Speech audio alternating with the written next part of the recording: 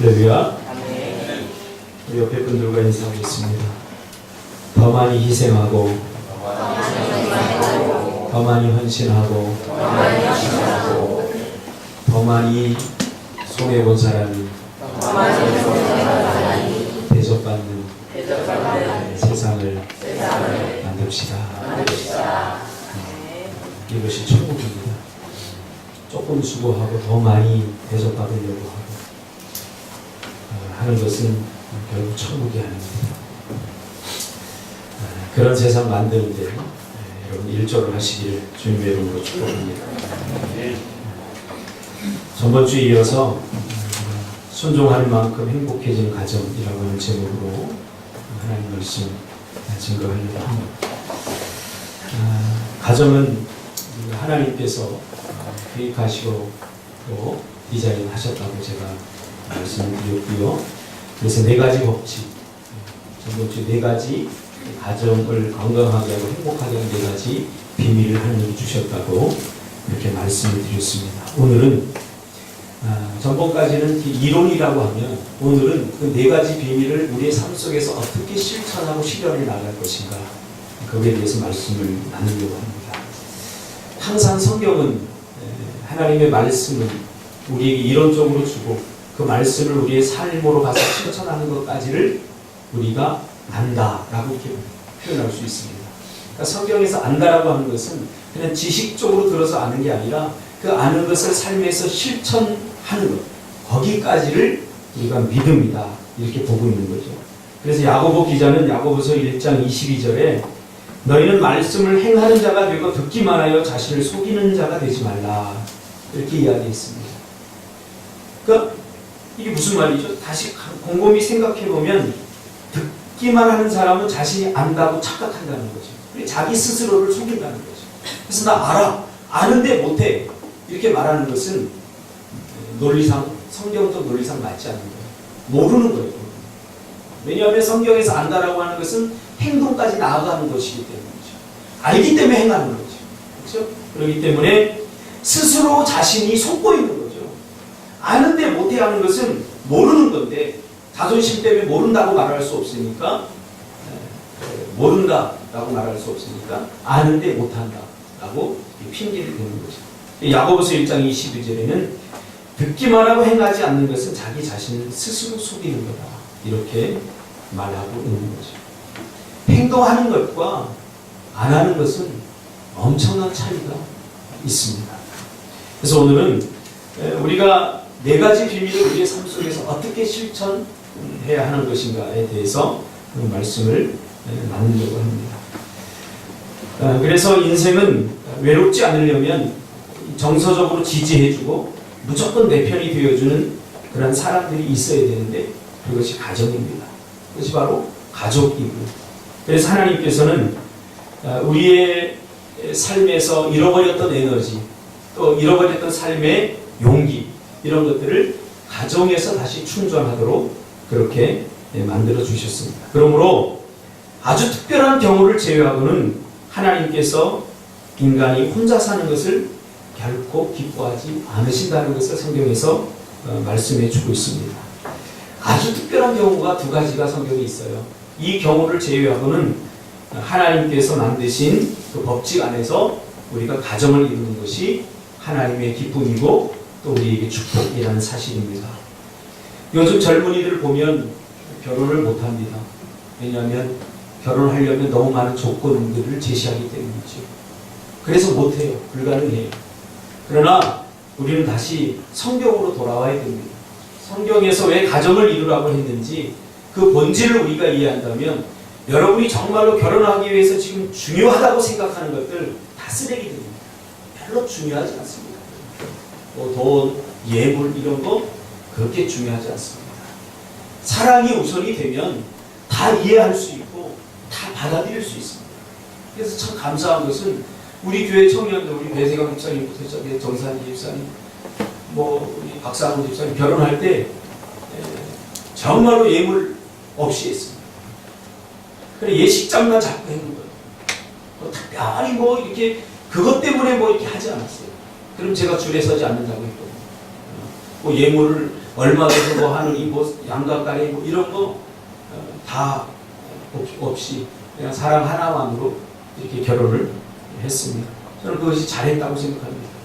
그래서 결혼할 수 있었던 것입니다. 만약에 여러 가지 조건들을 다 집어넣었다면 아직도 결혼 못했습니다. 아직도. 그래서 우리가 예수 믿는다고 하면서 사실 우리는 말씀대로 살지 않아요. 그러면서 하는 이야기가 우리의 육신이 연약해서 어쩔 수 없지 않습니다. 아닙니다. 우리 안에 죄가 있어서 죄성이 우리를 하나님의 말씀대로 살지 못하도록 하는 거예요.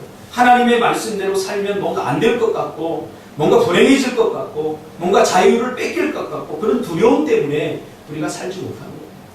여러분 이 두려움을 믿음으로 극복하시길 바랍니다. 아무 일도 일어나지 않고 오히려 성경적으로 돌아가면 더 큰 하나님의 축복과 은혜를 누릴 수 있다는 사실을 기억하시기를 바랍니다. 성경에서 말하는 두 가지 조건이 있는데요. 하나는 잠언 18장 22절에도 나오듯이 아내를 얻는 자는 복을 얻고 여호와께 은총을 받는 자니라 이렇게 말씀하면서 한 가지는 이 정욕을 이기지 못할 때 정욕을 이기지 못하는 사람은 결혼을 하라. 또 하나는 하나님의 특별한 은사가 있어요. 사도 바울 같은 이런 독신의 은사, 특별한 사역을 감당하기 위해서 하나님이 주신 은사 외에는 우리가 가정을 이루고 이렇게 가정 안에서 회복과 또 행복을 작은 천국을 경험하게 하는 것이 바로 하나님께서 우리에게 주신 축복의 원리입니다. 그래서 하나님께서는 독처하고 있는 아담에게 배우자를 선물로 허락하셨죠. 그리고 그 둘을 통해서 자녀라고 하는 기업을 우리에게 주셨습니다. 이것이 바로 가정의 시작입니다. 그래서 건강한 가정은 남자와 여자로 이루어진 부부와 자녀로 이루어진 그런 가정, 이것이 건강한 가정의 구성원입니다. 오늘날 지금 며칠 있으면 퀴어 축제 하거든요. 이 동성애법 이 통과가 되면서 세계에서 가장 먼저 이 동성애법이 통과된 곳이 네덜란드인데요. 세계에서 유일하게 기독교 국가가 있어요. 기독교가 국교화된 나라가 있는데 그 나라가 많은 사람들이 뭐 영국, 미국 이렇게 알고 있는데 사실 네덜란드입니다.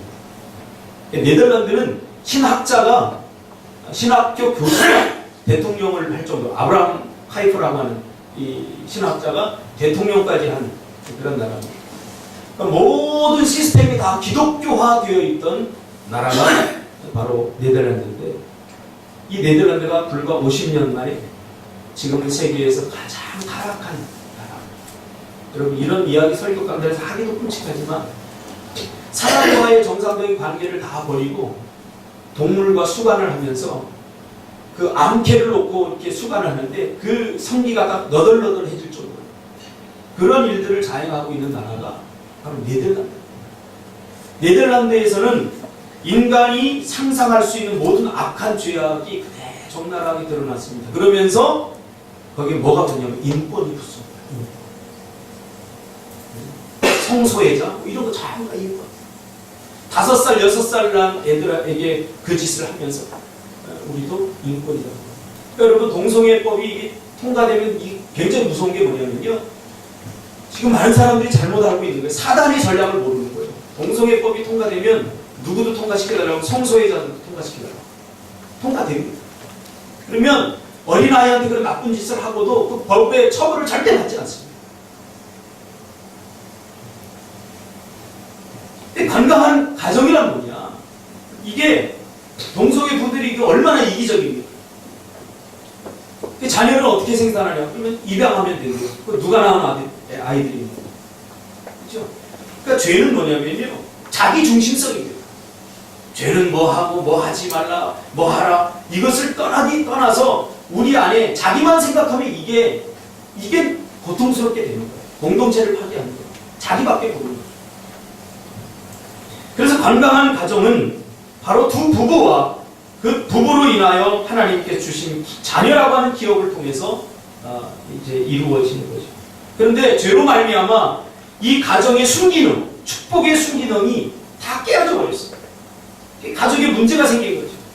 그래서 가정의 원형이 깨어져 버리고 마땅히 사랑하고 아껴줘야 될 가족이 서로 미워하게 되고 시기하게 되고 다투게 되고 심지어 형이 동생을 죽이는 안타까운 상황에 이르게 된 것이 성경에서 우리에게 보여주고 있지 않습니까? 가족이 원수가 되고 가족으로 인한 아름다운 추억 대신에 가족에게 받은 상처 때문에 괴로워하는 사람들이 있어요. 저도 가족 상담을 하고 상담을 하면서 많은 사람들이 그 평생 씻을 수 없는 아픔과 고통을 어디서 얻느냐, 그리고 아직도 해결하지 못한 채 끙끙 앓고 있느냐. 가족이세요. 가족이세요. 사랑하는 아내에게서, 사랑하는 남편에게서, 사랑하는 자녀에게, 사랑하는 부모에게서 사랑해야 되는데, 서로 치유하고 회복해야 되는데 그 안에서 서로 상처 주고 아픔을 준단 말이죠. 왜 그럴까요? 말씀대로 살지 않았습니다. 성경으로 돌아가야 됩니다.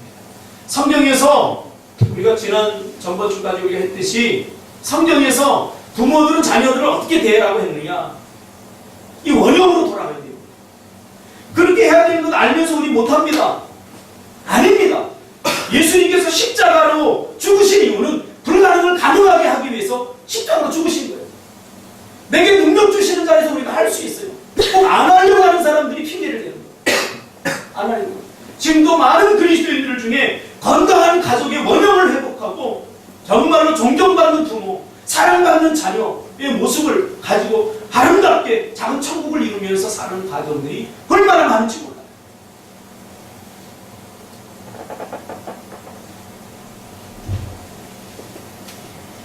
저 상담을 하면서 가족 때문에, 사랑하는 엄마 때문에 평생 씻을 수 없는 그 고통을 가지고 지금도 엄마 때문에 분노하는 사람이 있어요. 지금도 아빠 때문에 분노하는 사람이 있어요. 왜 그래요? 성경적인 가족의 원형이 깨어졌기 때문에. 그래서 섭섭하고 분노하고 적개심이 생겨요. 그래서 가족의 관계를 애증의 관계다, 이렇게 표현하는 사람들이 많습니다. 가족을 생각하면 그리워, 가족을 생각하면 애틋하고, 이래야 되는 화가 나고 슬퍼진다는 사람 많이 만나봅니다. 어떻게 하다가 이렇게 됩니까? 저희 교회 3가지 모토 중에 하나가 성경적 가정관을 회복하자, 이거인데, 그래서 더 많이 제가 관심이 있고 너무나 안타까워요. 중요한 것은 예수 믿는 사람 안에도 성경적 가정관을 가지고 살아가지 않는 사람들이 많기 때문이죠. 예수 안에서 새롭게 된 것처럼 우리의 가정도 새롭게 되어지기를 주님의 이름으로 축복합니다. 가정을 구성하는 사람들이 예수 안에서 새롭게 된 사람들이잖아요. 그 사람들이 모인 공동체가 가장 기초 공동체가 가정이잖아요. 새롭게 된 사람이 모인 가장 기초적인 단체가 바로 가정인데, 그 가정이 새롭지 않다는 것은 내가 새로워지지 않는다. 죄가 하는 역할이 있습니다. 바로 우리 인간에게 불행을 가져다 주는 것입니다. 죄는 쉽게 말하면 피조물인 인간이 하나님처럼 되려고 하는 시도입니다.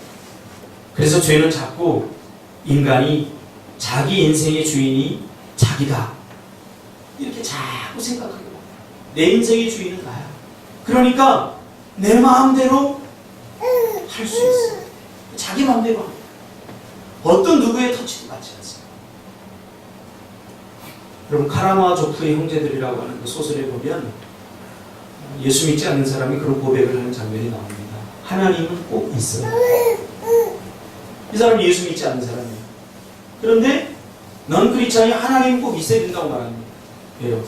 세상 돌아가는 꼴을 보니까 이건 원칙도 없고 규칙도 없고 혼란스러워요. 아노미 상태야. 모든 것이 자기 하고 싶은 대로 다 하는 거예요. 여러분, 자기 하고 싶은 대로 하면 행복할 것 같습니까? 이게 죄의 달콤한 유혹입니다. 자녀를 망치는 첫 번째 비결이 뭔지 아세요? 자기가 하고 싶은 대로 다 하게 내버려두는 거예요. 내버려둬 보세요. 우리 자녀들 진작 죽었을 거예요. 부모가 계속해서 잔소리처럼 이야기합니다. 사랑하는 마음으로. 그렇죠? 그 이야기, 그 원칙들을 숙지하고 그 말씀의 원칙에 따라서 행동하도록 해야 됩니다. 이게 교육 아닙니까? 성경도 마찬가지입니다. 죄는 자꾸 네 마음대로 해. 그래야 행복해. 교회 다니니까 또 예수 믿으니까 얼마 하지 말라고 하는 게 얼마나 많니? 너 인권을 보호해. 요즘 우리 자녀들이 학교에서 이런 성교육도 갖고 나와요. 그래서 내가 우리 딸 이뻐가 엉덩이 탁 쳤더니 막내딸이 아빠 성추행이야. 확 신고해버려. 이런 시대가 없어요. 이런 시대. 그래서 한편으로는 제가 서운해야 되는데 한편으로 어떤 마음이 들어요? 안심이 되더라고요. 아, 제대로 받았구나. 이게 좀 비극 아닙니까? 비극 아닙니까? 자기 마음대로, 자기 뜻대로 하나님이 행동함으로 하나님이 주신 축복의 원칙을 자꾸 깨버립니다. 그래 로마서 1장 25절 이하에 보면 이는 그들이 하나님의 진리를 거짓으로 바꾸어 피조물을 조물주보다 더 경배하고 섬기리라. 이 때문에 하나님께서 그들을 부끄러운 욕심에 내버려 두셨으니 곧 그들의 여자들도 순리대로 쓸 것을 바꾸어 영리했습니다. 여기서 동성애가 하나님이 만드신 절대적인 축복의 법칙들이 있습니다. 그러나 다원주의가 오면서 절대적 법칙이 지금 다 깨지고 있습니다. 꼭 여자가 남자하고만 결혼해야 돼. 니네 원하는 대로 해. 난 남자가 더 사랑스러워. 그게 남자하고 결혼해. 이게 그냥 자연스러운 인권처럼 보여지지만 이게 사단의 악한 전략이 있고요. 거기에는 하나님께서 우리 인간을 향해 만들어 오신 축복의 법칙을 바꾸어서 영리로 자꾸 바꾸려고 하는 것들이 있거든요. 제가 지난주에 선교 종교 입양을 하러 종족 입양을 하러 말레이시아에 다녀왔습니다. 말레이시아는 다원주의입니다. 다원주의. 모슬렘이 60%고 30%가 힌두교고 나머지 10%는 기독교, 천주교, 다른 종교가 다 들어갑니다. 제가 그곳에 가서 깜짝 놀란 게 뭐냐면 굉장히 자유스러워요. 그래서 말레이시아에는 다 인정해요, 종교를. 다 인정해요. 그러면 야, 신앙생활하기 참 좋겠다. 핍박도 없으니까. 그런데 이것 자체가 핍박이에요. 모슬렘들은 60%가 되니까 우리가 갔던 기간이 라마단 기간이에요. 라마단 기간인데 다 쉬어요. 전 국민이 다 쉬어요. 또 힌두교 무슨 축제가 얼마나 많은지 몰라요. 한 달에 두세 번씩 다 쉬어요. 힌두교인들만 쉬는 게 아니라 다 쉰다니까 국민. 그리고 크리스마스, 주일 다 쉬어요. 쉬는 날이 많아요. 그렇게 인정을 해주면 이게 참 좋은 것 같은데 가만히 거기서 제가 느낀 영적인 느낌은 뭐냐면 야, 이거 심각한 영적 전쟁이다. 라마단 모슬림들이 많으니까 라마단 기간에 밥을 다 안 해요. 그러니까 다 마비돼 버리는 것이. 전체가 다 마비돼 버려요. 아무것도 못하는. 그러니까 자기도 어쩔 수 없이 모슬렘의 시스템 안에 그 인프라 안에 속해 있기 때문에 그렇게 살 수밖에 없는 거예요. 그렇게 시간이 지나가면서 다른 종교들은 존재할 수 없게 되는 거죠. 참 이게 다원주의. 그래서 이 다원주의 핵심이 뭐냐면 네 마음대로 하라는 거예요. 나도 네가 사는 거 터치 안 할 테니까 너도 내가 사는 거 뭐 이렇게 저렇게 하지 마. 보기는 얼마나 좋습니까? 여러분 누가 나의 삶에 대해서 잔소리하고 이렇게 해야죠. 우리 청년들도 머리가 좀 크니까 제가 그렇게 하면 안 되고 이렇게 저렇게 하니까 기분 나빠. 저는 성경의 말씀대로 이 축복의 말씀대로 해야 된다라고 하는데도 근데도 기분 나빠. 그러니까 이 다원주의 속에서 이 가정을 지킨다는 것이 얼마나 힘들고 어려운지 몰라요. 그래서 여러분 우리는 다시 이 대한민국뿐만 아니라 전 세계의 가정이 다시 성경으로 돌아가야 됩니다. 지금 프랑스도 18세기 계몽주의가 시작이 되면서 볼테르에 의해서 뭐가 나왔어요? 계약결혼이 나왔어요. 계약결혼은 얼마나 달콤합니까? 이거예요, 계약결혼. 살다 보니까 이혼하는 사람도 많고 불행하게 사는 사람도 많고 또 이혼하면 또 자녀들이 또 힘들어지고 그러니까 이런 불합리한 선택을 없애기 위해서 한번 살아보고 결혼하자는 거예요. 할렐루야. 얼마나 달콤합니까? 맞아. 한번 살아보고 결혼해야 돼. 살아보고 결혼하는 거죠. 계약을 하는 거예요. 이것이 가정 해체의 원인이 됐어요. 지금 왜 테러가 영국이나 프랑스나 이런 데서 많이 일어나는 줄 아십니까? 다 자기 마음대로 하도록 다 내버려 두니까 이 지금 이 모슬렘들이 가장 들어가기 쉬운 것이 그런 것이에요. 이번에도 독일이나 이런 데 다 기독교가 절대주의적인 하나님의 말씀의 원칙으로다가 지켜냈던 그런 하나님의 축복의 라인들, 선들, 가정이라든가 또 문화라든가 이런 것들이 야금야금 들어오면서 다 파괴되고 있어요. 그러면서 결국 예전에 제가 소피 마르소를 좋아했어요. 7080들은 아시죠? 소피 마르소 얼마나 이쁘고 아름다운가. 근데 제가 지금은 싫어합니다. 왜냐하면 나만의 여인이기를 바랬는데 언젠가부터 아버지 없는 아이를 3명, 4명, 5명 낳더라고요. 이 프랑스 문화를 제가 이해하지 못하고 있어요. 그런 배경 속에서 가정은 필요 없어요. 그냥 애가 필요하면 내가 아무 남자하고 이렇게 해서 애를 낳으면 되는 거예요. 가족이라고 하는 개념이 이 프랑스 볼테르에 의해서 계약결혼이 되면서 다 파괴되고 있어요. 그래서 가정에서 우리가 누려야 될 행복과 기쁨이 이 사단의 전략에 의해서 다 깨져버립니다. 동성애 또 순리를 영리로 바꾸는 것. 이 역기능은 말씀이 아니라 가정의 어느 누군가 자신이 가정의 왕이요 주인이 되려고 할 때 일어납니다. 가정의 불행은 어디서 시작되느냐? 가정의 주인이 누군지 분명히 하지 않을 때 일어납니다. 가정의 주인이 누굽니까? 제가 주일 학생들한테 예전에 물어보니까 할아버지요. 왜? 우리 할아버지가 한마디 하면요 다 꼼짝도 못해요. 그 우리 가정의 주인은 할아버지. 또 어떤 친구 우리 엄마요. 왜? 우리 엄마는요 우리 엄마 말 한마디 아빠는 꼼짝도 못해요. 우리 엄마가 우리 가정의 주인인 것 같아요. 이미 어린애들도 힘의 논리를 다 합니다. 가정의 주인은 힘 있는 할아버지도 힘 있는 엄마도 힘 있는 아빠도 아니라 가정의 주인은 바로 예수 그리스도십니다. 그래서 가정은 아버지 마음대로, 남편 마음대로, 아내 마음대로 힘이 있다고, 권력이 있다고, 자녀 마음대로 하면 절대 안 됩니다. 그 가정은 절대 행복하죠. 네, 하나님께서 가정을 만드시면서 가정의 주인은 예수 그리스도임을 분명히 했기 때문입니다. 할렐루야. 그래서 가정에서 무엇을 결정하고 판단하고 선택하고 할 때 부모들이 하나님께 물어보는 문화를 만드는 것이 굉장히 중요합니다. 아버지 이거 어떻게 해야 돼요? 그래 내가 생각하고 내가 살아보니까 내가 경험해보니까 이렇게 하는 것이 좋겠다. 틀리다는 것 아닙니다. 그러나 경험은 진리가 아닙니다. 언제든지 바뀔 수 있어요.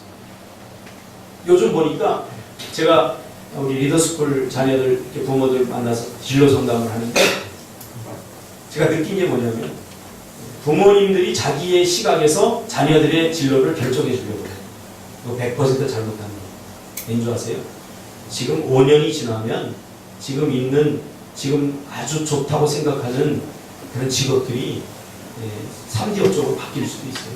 예전에 우리가 의사 그러면 다 좋은 줄 알았잖아요. 근데 지금 뭐 의사도 예전에는 치과 의사 그러면 가장 점수 낮고 가장 좀 공부도 좀 안 되고 머리도 딸리는 사람들이 점수도 안 나온 사람들이 가는 거예요. 요즘 제일 좋아요. 왜? 의료 사고 날 저 필요도 없고 간단하게 해보세요 하고 칙칙 쏘고서 돈 많이 버니까 수술을 하고 저도 아깝더라고요. 가서 이가 요즘 나이가 드니까 이가 자꾸 고장나는데 가서 칙칙 몇 번 하고서 뭐 하나 해주고는 뭐 몇만 원씩 받아 먹어요. 뭐 몇만 원 받은 게 몇십만 원씩 의사님들 우리 교회 없으면 그래서 받아 쳐먹어요.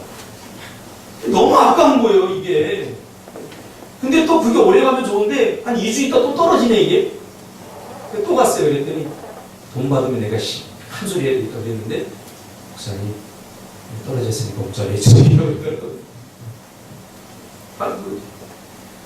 가정의 주인은 예수님입니다. 이 말은 가정에서 일어나는 모든 물질적이고 상황적이고 관계적인 모든 의논과 결정권과 의사 진행권을 다 주님께 내어드려야 가정의 축복이 된다는 사실입니다. 그래서 가정에서 어느 누구도 자기 마음대로 해서는 안 됩니다. 여러분, 권력은 대통령만 갖는 게 아니거든요. 권력은 가정의 남편이 가질 수도 있어요. 내가 인상 한번 쓰면 가족의 자녀들이 벌벌 떠요. 저는 가정에서 될 수 있으면 밝은 표정을 하려고 해요. 내가 권력자일 수 있기 때문에. 내가 딱 집에 들어가면 우리 둘째, 셋째는 기분 별로 안 좋아해요. 왜냐하면 TV를 나한테 끼기 때문에. 내가 권력자 아닙니까?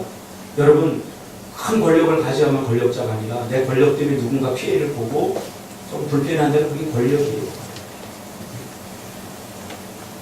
내 의자에 딱 앉아있다가 제가 딱 들어가면 애들이 싹 일어나요. 아빠 지금 안 앉을 거니까 앉아있어. 어차피 아빠 앉을 거잖아. 이게 권력이에요.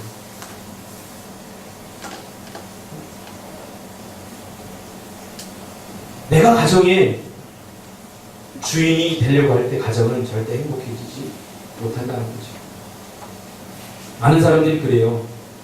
말씀대로 살아야 합니다 라고 말하면 그거 알지만 그렇게 사는 것이 가능한가? 당연히 불가능하죠. 그러니까 아무리 힘쓰고 애써보세요. 안 돼요. 우리 부모들이 제가 이제 특강을 하면 자녀 교육에 특강을 하면 듣고 나서 늘 하는 얘기가 그래요. 목사님 다 알아요. 그게 안 되는 게 어떡하라고. 안 돼요. 그래서 하나님의 도우심을 구해야 되지 않습니까? 그런 힘이 말씀대로 살 힘이 내 안에서 발생하지 않는다는 게 중요합니다. 이것이 축복이에요. 그래서 기도하고, 그래서 하나님을 의지하고, 그래서 예배하고, 그래서 하나님의 말씀에 순종하는 거룩한 몸부림이 필요한 것입니다. 내 뜻대로 내가 원하는 대로 다 된다면 하나님이 왜 필요하겠습니까? 하나님은 우리를 애초에 만드실 때 하나님 의존적으로 만들어 놓으셨어요. 이것을 깨닫지 못하면 우리가 부족하다는 이야기가 아니에요. 하나님 의존적이 돼야 우리가 행복할 수 있기 때문에. 자녀가 부모님 의존적이 된다는 것은 어릴 때 축복입니다. 부모님을 의존하지 않으면 자녀가 살아갈 길이 없는 거예요. 살아갈 방법이 없는 거예요. 이렇듯이 하나님께서 우리를 만들 때 우리를 억압하고 착취하고 우리의 자유를 빼앗아서 우리가 힘들어하는 것을 보면서 막 기뻐하는 그런 싸구리심이 아니야. 우리가 하나님 의존적으로 만들어 놓은 것은 우리에게 하나님 주신 복을 누리게 하기 위해서 의존적으로 만들었다. 왜? 우리에게는 스스로 축복을 생산해낼 만한 힘이 우리에게 없기 때문에. 축복은 가장 좋은 것은 하나님으로부터 공급되기 때문에. 가정의 행복도 마찬가지입니다. 그래서 순종하는 만큼 행복해지는 것입니다. 하나님은 우리에게 완벽함을 원하는 것이 절대 아닙니다. 여러분, 완벽을 꿈꾸지 마세요. 우리는 절대로 완벽할 수 없는 거예요. 완벽을 향해서 나아가는 거죠. 완벽할 수 없어요. 그래서 누구나 다 흠이 있어요. 누구나 다 부족함이 있어요. 살다 보면 인간의 부족함 때문에 오는 아픔이 있지 않습니까? 다 있어요. 저도 자녀들을 키우다 보니까 친구들, 목사들 만날 때마다 자녀들 이야기를 해요. 그러면 마음속 한켠에는 우리 자녀는 왜 저 자녀 같지 않을까? 저 정도만 해줘도 내 목회가 재밌을 텐데. 그런 생각이 들어요. 그러니까 자녀의 부족함 때문에 오는 약간 안타까움과 아픔들, 고통들이 있지요. 얼마 전에 정치인 박영선 씨가 그런 얘기를 하더라고요. 살다 보면 사람의 모자람이 주는 아픔이 있다. 근데 그것은 내 책임이 아니기 때문에 너무 고통스러워하지 말아라. 그 이야기를 하면서 이게 정치구나. 이게 정치구나. 참 살벌하다 그런 생각이 들었어요. 성경은 그렇게 말하지 않아요. 부모로서, 자녀로서, 부모로서 살다 보면 사람의 모자람이 주는 아픔이 분명히 있어요. 그 고통과 아픔을 껴안고 기도하며 그래도 사랑을 포기하지 않는 것이 사랑입니다. 그래야 가정이 이루어지는 거예요. 우리 교회도 가정을 지켜내기 위해서 그 남편의 고통을 끌어안고 사는 집사님이 있어요. 존경스러워요. 볼 때마다 존경스러워요. 살다 보면 자식의 부족함 때문에 부모가 끌어내야 될 아픔과 고통과 상처가 있어요. 또 살다 보면 또 부모, 철없는 부모 때문에 자녀가 그 고통을 끌어안고 살아야 될 고통과 아픔이 있지 않습니까? 그 내 책임이 아니다. 그리고 결혼하고 떠나버리고 그 말입니까? 아니, 성경 그렇게 말하지 않아요. 그 상처와 그 고통과 그 아픔을 끌어안고 기도해야 돼요. 이게 사랑이죠. 누구처럼요? 예수님처럼. 저는 목회를 하고 나서 하나님의 마음 한 가지를 제가 이해했어요. 다른 거 모르겠는데 한 가지를 이해했는데 그게 뭐냐면 싫어도 해야 돼요. 하고 싶지 않아도 해야 돼요. 지난 일주일 동안 제가 어떤 한 사람이 던진 말 때문에 너무 일주일 동안 고통스러웠어요. 제가 실핏줄이 터졌어요. 눈에 실핏줄이 터져버렸어요. 제가 체력이 좋거든요. 근데 제가 체력이 부족해서 그렇게 생각했는데 봤더니 그 사람을 품으려고 하다 보니까 너무 고통스러워요, 마음이. 한 며칠 밤을 제가 못 잤어요. 선교를 가서도 며칠 밤을 못 자요. 근데 갑자기 눈이 팅 하는 소리와 함께 앞이 잠깐 안 보이더라고요. 그래서 뭐 큰일 난 거 아닌가? 조금 있더니 보이길래 괜찮은 줄 알았어요. 밥을 먹으다 보니 집사람이 또 당신 눈에서 피 난다고 해서 보니까 왼쪽 눈이 다 시퍼렇게 외벽, 눈 외벽, 안구의 외벽이 핏줄이 터져요. 너와 나는 아무 상관이 없다 그러면 그 아픔이 없어져. 너와 나는 아무 상관이 없기 때문에. 그래서 가정이 정말 중요한 겁니다. 남편의 말 한마디, 자녀들의 말 한마디, 아내의 말 한마디, 행동 하나, 이게 너무 중요한 거예요. 옆집 아저씨가 나한테 뭐라 그러든 나는 그냥 욕해버리고 끝나버리면 돼요. 그러나 사랑하는 사람들, 함께하는 사람들이 던지는 한마디는 이게 귀수가 되어서 꽂혀요. 뭐로 속담에 칼이 입힌 상처보다 말이 입힌 상처가 더 깊다고 말하지 않습니까?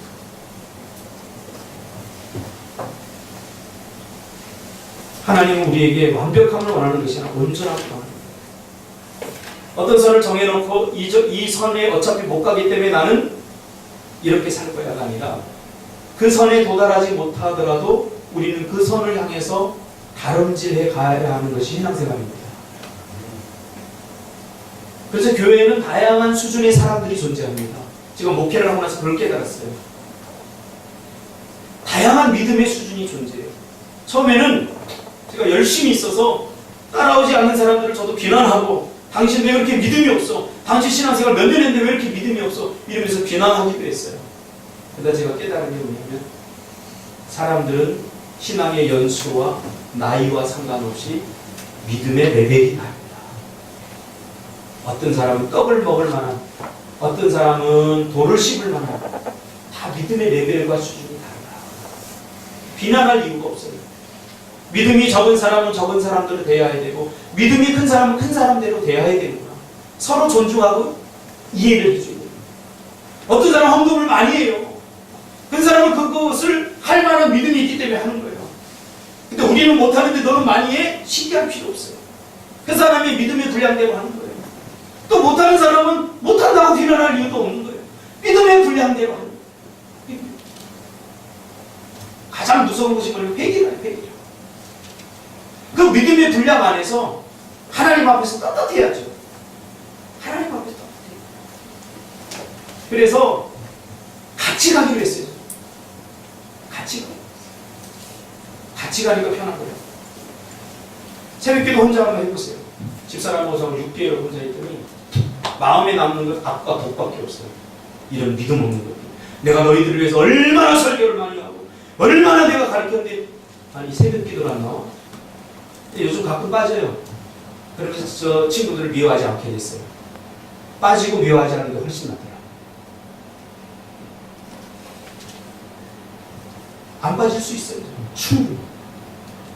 그러나 여기서 새벽에 집사람하고 저하고 둘이 새벽 기도하면서 일을 가는 것보다 가끔 빠지면서 나도 좀 이해해 줬으면 좋겠다. 그렇게 사는 것이 훨씬 행복하다. 물론 거의 나와요. 매일 빠집니다. 내가 하는 것이 의의 기준이 아닙니다.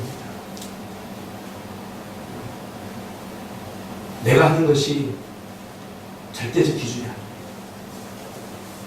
제가 돈도 벌어봤어요. 전도사 월급 20만 원 받을 때는 따박따박 2만 원씩 11조 했어요. 감사하고 뭐 해거나 돈 10만 원 했어요. 쉽더라고요. 얼마 안 되니까. 근데 제가 학원을 결혼하면서 이제 집도 장만하고 해야 되니까 학원을 다니면서 돈을 조금 많이 벌었어요. 몇백만 원이 되니까 그 중에 11조 하려니까 이게 막 달달 떨려요. 이게 납니다. 그래서 11조 하는 성도들의 마음을 제가 알았어요. 우리 교회 작은 교회예요.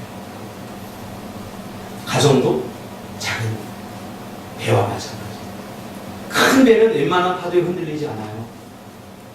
작은 배는 조그만 파도 줘도 흔들려요. 가정도 마찬가지예요. 가정은 절대 큰 배가 아닙니다. 누구의 말 한마디, 누구의 표정 하나 때문에 행복과 기쁨과 불행 이런 것들이 오고 가는 거예요. 순식간에 바뀔 수 있어요. 그래서 가정에서 더 예민해야 되는 거죠. 하나님께서는 우리 인간의 연약함을 알기 때문에 완벽함을 원하는 것이 아니라 온전함을 원하십니다. 그래서 하나님께서 우리를 어떻게 하기로 작정하셨냐면 사랑하기로 작정하셨어요. 할렐루야. 그래서 하나님의 사랑은 일방적 사랑입니다. 어떤 조건이 붙고 어떤 계약 속에서 이루어진 게 아니라 이 계약은 어떤 계약이냐면 창세기 15장에 아브라함과 맺는 언약인데 하나님께서 아브라함을 잠들게 하시고 여러분 막 기가 닳도록 들었잖아요. 그리고 고대 근동아시아에는 이 약속을 맺을 때 언약의 두 당사자가 짐승을 잡아 죽여요. 둘이 잡는 거예요. 둘이 잡아 죽이고 그 짐승을 가운데 놓고 두 사람이 거기를 걸어가요. 뭔 약속을 하느냐? 둘 중에 한 사람이 약속을 어기면 이 짐승처럼 죽어도 된다. 누군가 죽여도 된다. 그 약속은 반드시 피로써 맺어진, 목숨으로 맺어진 약속이고 반드시 지켜야 된다. 그러면서 그 거기를 지나가요. 하나님께서도 아브라함과 약속할 때 똑같이 하셔요. 근데 한 가지 다르게 하는데 뭐냐면 아브라함한테 짐승을 잡아 죽여서 놓게 하고는 하나님은 아브라함을 잠들게 하셔요. 그리고 약속의 두 당사자가 걸어가야 되는데 하나님 혼자 스스로 걸어가셔요. 아브라함 잠들게 하셔요. 이건 무슨 의미가 있는지 아십니까? 하나님은 인간과 한번 약속해 보셨어요. 근데 인간의 연약함 때문에 약속이 파괴된 것을 이미 경험했어요. 그런 인간에게 똑같이 약속한다는 것은 의미가 없어요. 또 파괴되기 때문에. 인간은 죄에 노출되기 때문에. 그래서 하나님은 인간이 또 죄를 지으면 또 죽음을 당하기 때문에 이제는 잠들게 하시고 하나님 혼자 지나가셨어요. 네가 어겨도 나 스스로에게 약속합니다. 하나님 스스로에게. 네가 잘못해도 나는 나 스스로에게 약속을 합니다. 절대로 너를 버리지 않을 거야. 절대로 너를 놓지 않을 거야. 하나님 스스로 지금. 이 은혜 때문에 우리가 구원받은 거야. 할렐루야. 여러분이 뭐 잘해서 신앙생활 잘하고 기도 잘하고 뭐 그래서 지금 사는 거 아니에요. 하나님의 이 신실하신 약속, 절대적 사랑. 우리는 항상 조건을 다르잖아요. 우리 애들도 보니까 벌써부터 뭐 엄마 설거지 선생님께 엄마 얼마 줘? 독서하는데 책 빌려고 했더니 책 한 권 빌려오면 150 준다고 그랬는데 우리 막내가 그러는 싸. 내가 그래 싸다고 누가 100원 받고 책 빌려 안 빌릴 거야. 아니 책을 빌려다가 뭐 엄마가 부끄러워 먹습니까? 자기를 위해 살았는데 너무나 어리기 때문에 이 부모님의 마음을 헤아리지 못해요. 우리 예원이만 그럴까요? 하나님의 마음을 한번 헤아려 보세요. 저는 지난주에 너무 좀 마음이 고통스럽고 힘들었어요. 하나님의 위로를 받았어요. 마음속에 분노가 치밀고 고통스러운 목회에서 가장 힘든 게 물질이 아니에요. 천국은 관계 속에서 오는데 이 관계를 끊으려고 하는 이 사탄의 전략, 사람에게서 사람을 미워하게 만드는 거예요. 그래서 제가 자 밉다고 미워하는 사람은 정말 행복하겠지. 미워도 미워하지 못하는 게 목사예요. 여러분 목자가 양이 말 안 듣는다고 그걸 잡아먹습니까? 아니에요. 목회를 해보니까 내가 미워하면 교회 성도 깎아더라고요. 미워할 수 없고 처음에는 그냥 감정대로 기분대로 다 미워했어. 근데 지금은 저와의 싸움. 이거 미운데 이거 어떡하지 하나님? 그러면서 주님의 마음을 안 거예요. 하기 싫다고 하지 않는 사람들이 제일 행복할 것 같아요. 하기 싫으면 해야 돼요. 집사람한테 그랬어요. 뭘 하는데 하기 싫다는 거예요. 그래서 제가 그랬어요. 당신 참 좋겠다. 하고 싶지 않다고 하지 않아요.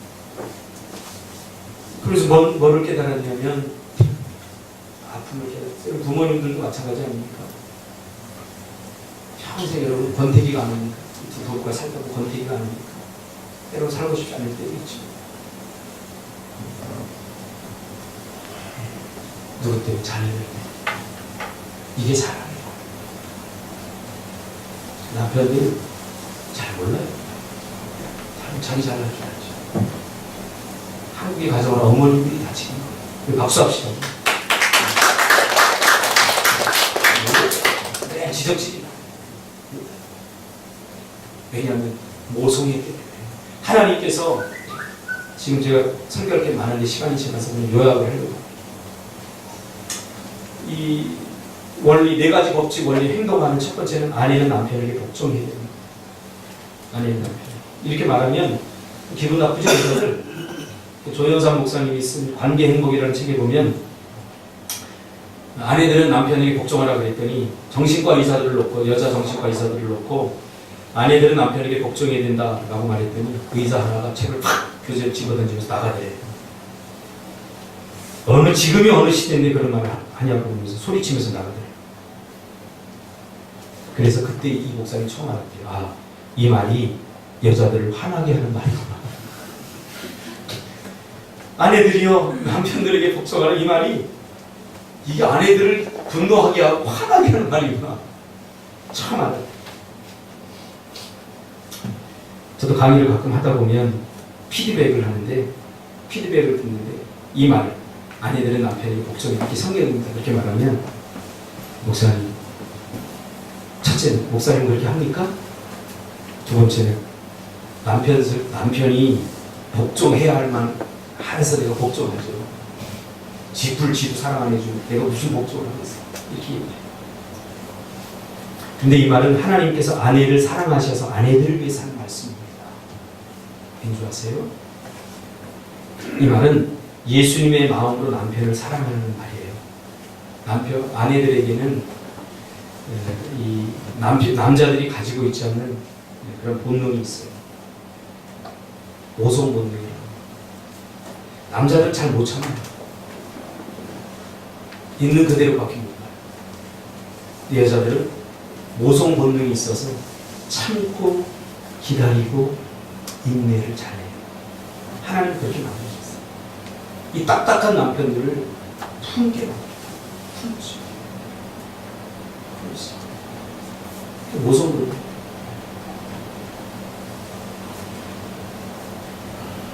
결국은 여자가 위대하죠. 여자가 위대하죠. 남자들이 이걸 잘 몰라요. 괜히 기분 나빠하지 않기를 주님의 이름으로 축복합니다. 기분 나빠하는 데가 하나도 없어요. 하나님이 여자에게만 주신 거 그거 사용하라는 거예요. 남자들은 뭐예요? 화부터 내잖아요. 여보 빨간불이잖아.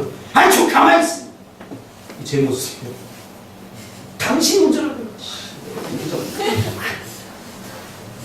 제가 좀 성질이 못돼서 그렇기도 하지만 이게 남자라니까요. 남자를 알아야 돼요. 이 여자는요, 모성 본능이 있기 때문에 이러다 남편이 사고 나서 죽으면 어떡하나. 도대체 순간적으로 많은 생각을 하는 거예요. 우리 남편이 목사인데 저 옆에 가다 욕하는 저 사람이 우리 성도는 어떡하나 하고 별 생각을 다 하는 거예요.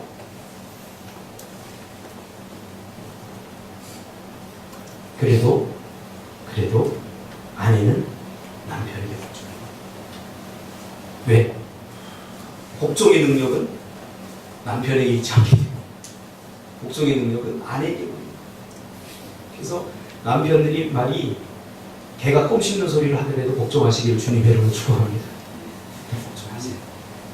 왜냐하면 남편들이라고 하는 게 아주 남자들에게 고약해서 자존심 한번 건드리려면 자기가 잘못한 거 알고서도 끝까지 우기는 인간들이 남자라는 아주 계산망측한 인간들. 자기 자존심 지키죠. 그러니까 복종해야 집안이 편안하고 복종해야 부드러워지죠. 할렐루야. 그 능력이 누구에게만 있다고요? 아내에게만 있기 때문에 가정을 평화롭게 하고 가정을 부드럽게 만드는 사명이 아내에게만 하나님 주셨기 때문에 남편들이지. 대신에 남편들에게 하나님 주신 게 있는데 뭐냐면 사랑입니다. 사랑. 남편들은 아내 사랑하기를 그리스도께서 교회를 사랑하시고 위하여 자신을 주신 같이 하라. 복종하고 참고 인내하는 걸 못하는데 남편도 사랑도 잘해요. 그래서 뭐 이야기하면 자꾸 해결해 주려고 그러고 더 해주려고 그러고 자기중심적이라서 그렇지. 자기가 좋아하면 아내도 좋아하는 줄 알고 남자들도 연구를 해야 돼. 연구. 그러면 여자가 정말 좋아하는 것이 뭔지 여자가 기뻐하는 것이 뭔지 사랑은 뭐예요? Love is skillful. 기술이에요. 감정이 아니에요. 죄송합니다. 제가 좀 비속한 말. 자기 꼴리는 대로 사랑하는 게 아니에요. 아내가 원하는 대로 사랑하죠. 근데 사랑하는데 어떻게? 남편들이 아내를 사랑하는데 다 같이 남편들만, 남자들만 해고 수컷들만 해봅시다. 무조건 사랑하라. 이게 남편은 아내를 사랑하라 이 말이 무조건 사랑하라. 사랑받을 만하기 때문에 사랑하라. 이건 누구나 다 알 수 있어요. 예수님이 우리를 조건 없이 무조건 사랑한 것처럼 무조건 사랑하시길 바랍니다. 바가지 긁을 때도 사랑하시길 바랍니다. 이게 무조건이에요. 사랑해주고 싶은 마음이 생길 때만 사랑하는 게 아니에요. 무조건 사랑하시기를 주님의 이름으로 축복합니다. 남자와 여자가 다르기 때문에 또 남자는 나름대로 고충이 있어요. 여자들의 템포에 맞추려고 하면 이게 힘들고 고통스러워요. 그래서 심리학자들이 연구한 게 뭐냐면 남자들이 스트레스를 가장 많이 받는 게 뭐냐면 첫 번째로는 배우자가 죽었을 때 스트레스 지수를 100으로 따지면 100이에요. 그 두 번째가 뭐냐면 쇼핑할 때. 할렐루야. 우리 남자들은 꼭 필요한 거 딱 놓고 가서 바로 골라요. 저도요. 망설이잖아요. 가면 바로 골라요. 가자 그래요. 이 여자들은요. 딱 보고 세이브해요. 이거 마음에 들죠? 이거 사자 그래요. 아니야. 그리고 놓고서 또 다른 데 가요. 살 것 같지 막 그래요. 근데 이제 가는구나. 그런데 딱 놓고 얼마예요? 너무 비싸네. 저로 가야 돼. 쇼핑센터를 다 돌고 남자들이 막 씩씩대고 혈압이 오르고 결국 싸우죠. 그걸 제가 여자를 이해하고부터는 지금 그냥 무조건 가만히 있어요. 왜? 아무리 마음에 들어도 이거 고르지 않을 거라는 거 알아요. 그래서 지금 어떻게 바뀌어요? 사! 다 사줄게, 사! 그래도 다 안 사는 거 아니기 때문에 사라 그래요. 사. 그 얼마나 마음이 편한지 몰라요. 결국 뭐 사냐면 9,900원짜리 하나 사갖고 굉장히 좋아해요. 함께 해주는 걸 좋아합니다. 평가해요.